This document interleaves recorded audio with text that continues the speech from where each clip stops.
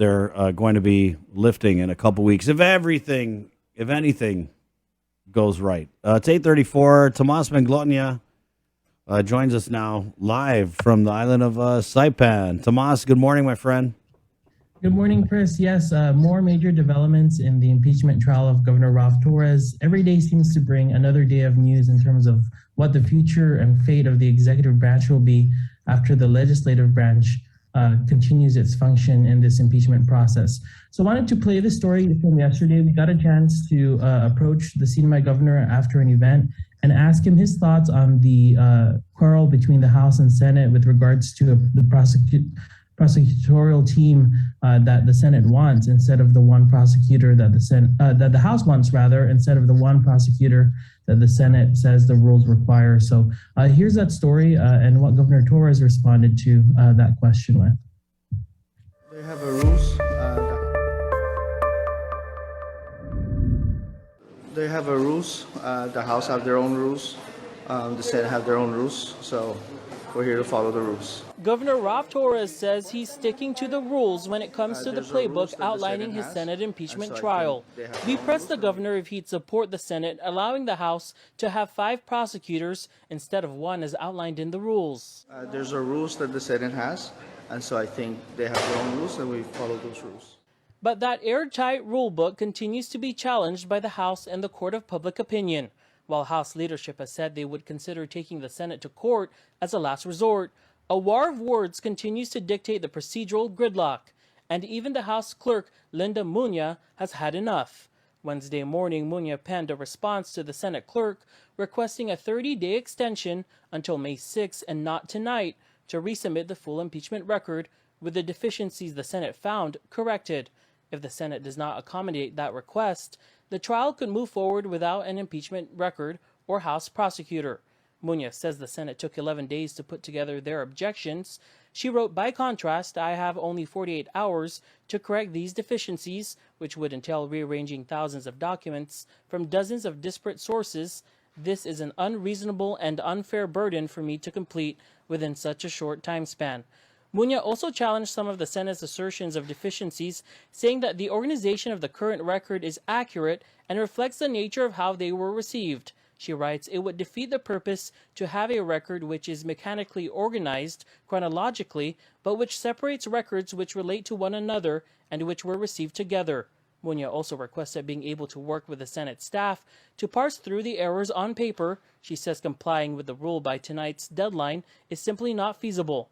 KOAM has reached out to the Senate President for comment.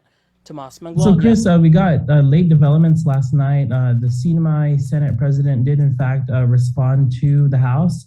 He said in his letter that he must decline the request for an extension of time to file the corrections of the non-compliant impeachment record.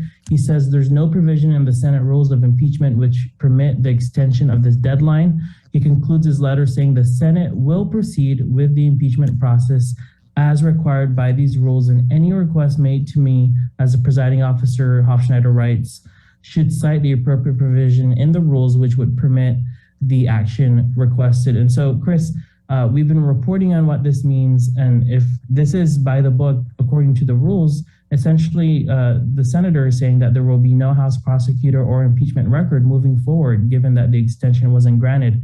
We do have an interview with Senator Hofschneider today and hope to clarify the record and see exactly what the next steps are, and if when even that pre-hearing motion to dismiss the articles of impeachment will be held, and also really what will the impeachment trial look like and when will it be scheduled if it doesn't have an impeachment record, if there's no House prosecutor, and if only the governor's team is present. What will that trial look like, or will it be more of a different format? And late yesterday, of course, the House didn't miss a beat in terms of responding to the Senate President, saying that given the limited timetable, the House says we made a good faith effort to address the concerns raised by the Senate clerk.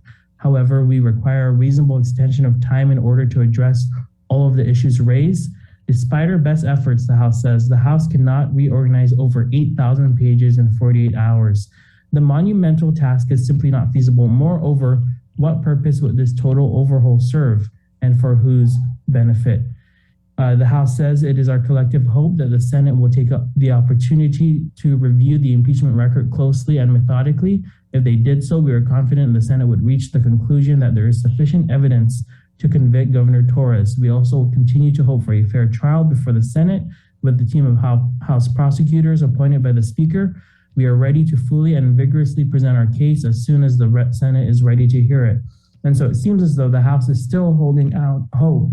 The House still has hope that it will fully participate in the Senate impeachment trial of Governor Ralph Torres.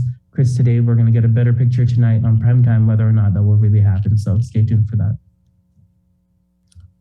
Tomas, I know. Thank you, Tomas. Can you tell us a little bit about? Is there a DoD presser tomorrow? You were saying? Yes, we're hearing that there is a Department of Defense and CNMI Governor's press conference tomorrow morning to address that breaking news that we reported on last week with regards to their scaled back training on Tinian and Pagan.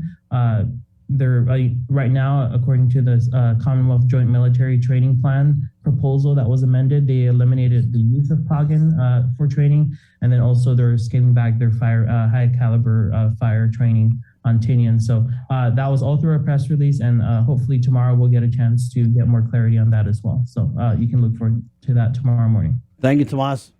All right, thanks, Chris. All right, there you go. Tomas Manglotnia, regional correspondent covering all three, or